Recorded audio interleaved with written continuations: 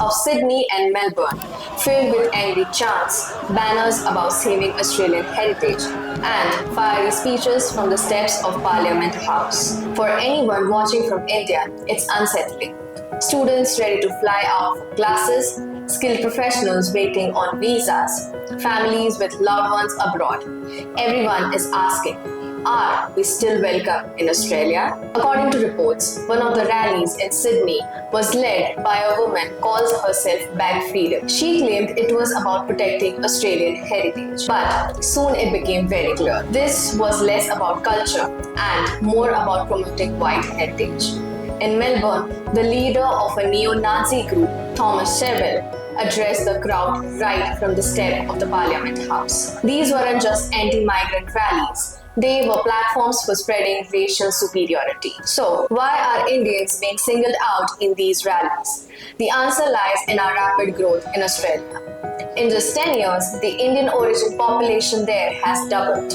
By 2023, around 145,000 Indians were living in Australia. Today, Indians make up more than 10% of the migrants' population and nearly 3% of the total population. And this is not just about numbers. Indians are excelling educationally, professionally, and economically. More than half of the Indian Australians hold a bachelor's degree or higher education. That success, while something to be proud of, has also sparked discomfort among certain groups. But history reminds us this is not new. Once, Greek and Italian migrants were targeted in Australia in almost the same way. What's happening today is just history repeating itself. Now, let's flip the lens. Instead of focusing on criticism, let's look at the contribution. Firstly, India has overtaken China as the #1 source of international students. In 2023, Indian students also contributed nearly 9 billion Australian dollars to the economy. Secondly, Indians received nearly 30% of all the skilled visas in 2023 and 2024. They are the doctors in hospitals, the engineers designing infrastructure, and the IT specialists driving innovations. And lastly,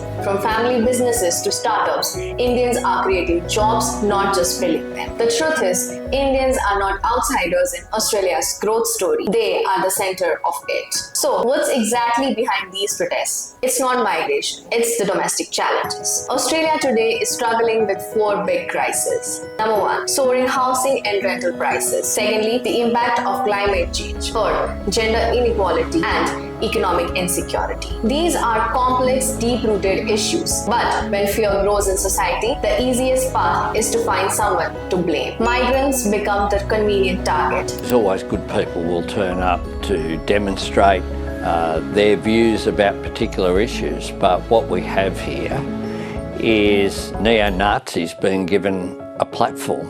That's what we saw on the weekend, and the tone, of course, of much of the rallies.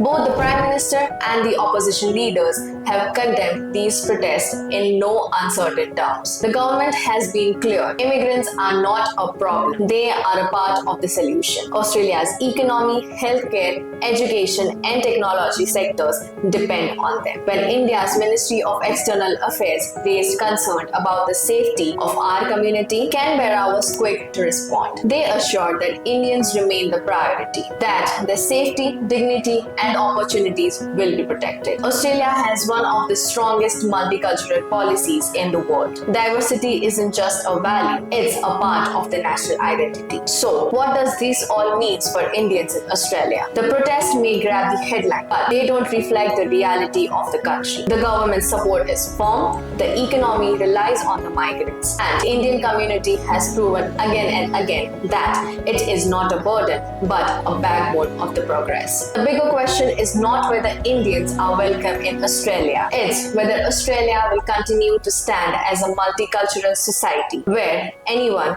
regardless of their origin, can move forward through talent and hard work. At Terratone, we believe the answer is yes. The bond between India and Australia has never been stronger because Indians in Australia aren't outsiders. They are partners in shaping its future. If you are considering Australia for study, work or migration, don't let the noise distract you. The opportunities are real and the future is bright. Share your profile with us at Terratone and we'll help you see where you stand.